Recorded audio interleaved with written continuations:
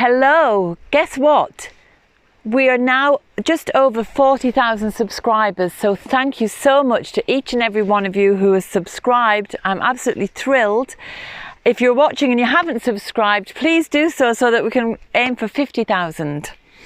So that's a lovely thing to have woken up to this morning.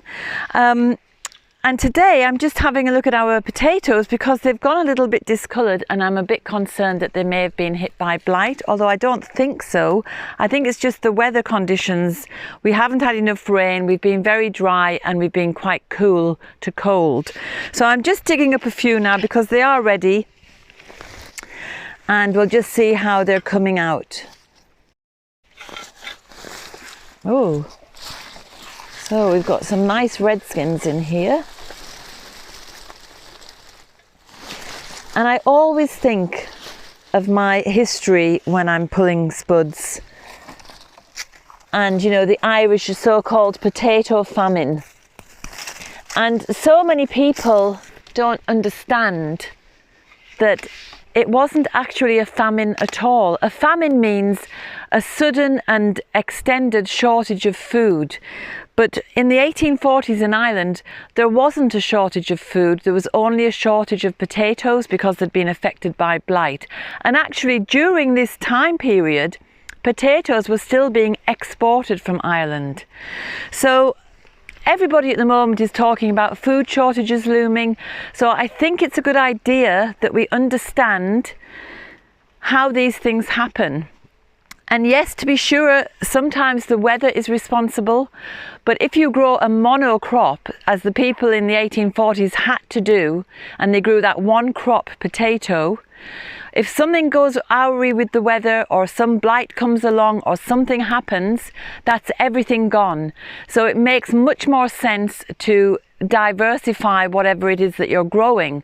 So if my potatoes did have blight, I have oats growing. I've got other things. I've got kale, I've got cabbage, I've got peas and beans and other things that I could rely on. But in those days, people only had that one crop. Everything else they had to sell or give up to landlords and pay their rent.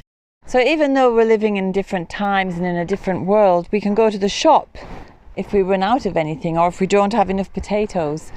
But there is talk of looming food shortages, so I think it's important to start, if you can, grow what you can, even if it's on your window box, but to diversify what you're growing, not just have one thing, but to have a variety of things. Because then if something like the blight did come along, we would still have other food crops that we could eat. It's just about being as self-sufficient as you can, and being aware that sometimes things can go wrong. Like, we haven't had brilliant weather this summer. It's been cool, it's been overcast and grey, there's been not so much light and not a lot of rain. So that hasn't borne out to be that hasn't led to a huge crop here. So if we put things into some kind of context, today everybody relies on the supermarket in the way that people in Ireland in the 1840s relied solely on the potato. So if we have looming food shortages, if the supermarkets are likely to become empty in the near future, we need to diversify the means of obtaining our food. And that is why it's a good idea to grow as much of your own as you can, because at least then, if the supermarket prices become extortionate, or if there is a shortage of food in the supermarkets, at least you've got something to fall back on. So just grow what you like, you know, the foods that you enjoy eating, grow those things. So we love our potatoes, and we love beans and peas, and we love kale, and we love beetroot. We love cucumbers, so they're the things that we grow. So I don't want to lecture anybody. I just want people to think, you know, maybe a good idea to put a couple of window boxes out. Maybe it might be a good idea to just dig the lawn up or turn over the sods and start planting a few food crops. I'm all for self-reliance. I'm not saying, and I don't believe everybody can be self-sufficient, we certainly can't be, but self-reliance is a sensible option, and it's also just a wonderful feeling of self-empowerment.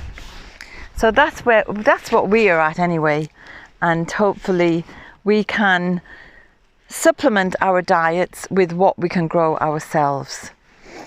It's just some food for thought. And you know, if it's going to be difficult for you to do this by yourself, try to set up a local community of people, like-minded people who are interested in food security. You know, take matters into our own hands is the way we're going to go forward and get through all the current difficulties that the world is facing. So ask your friends, ask your neighbours, does anybody have a bit of land?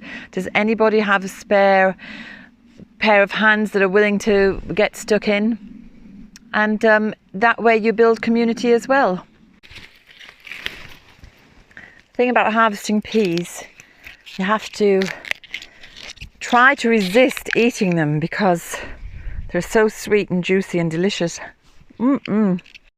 Sometimes I think the only reason I grow peas is so that I can eat them straight from the vine and just munch on them as I'm going around the garden. But they're so delicious and juicy, look.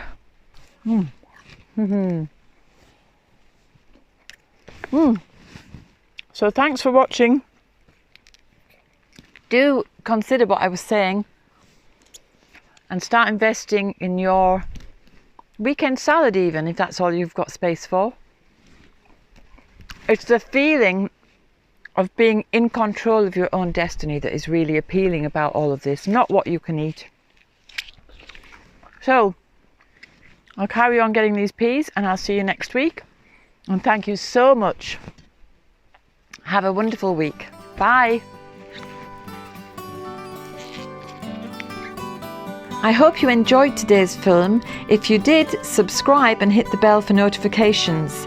And have a look at the website danusirishherbgarden.com for more information about us and about the herbal medicine courses I offer and the Wise Woman Way training. And if you go to the shop, you can find the books, the weed handbooks and other herbal goodies. And remember, we put a new film out every Sunday. So looking forward to seeing you next week.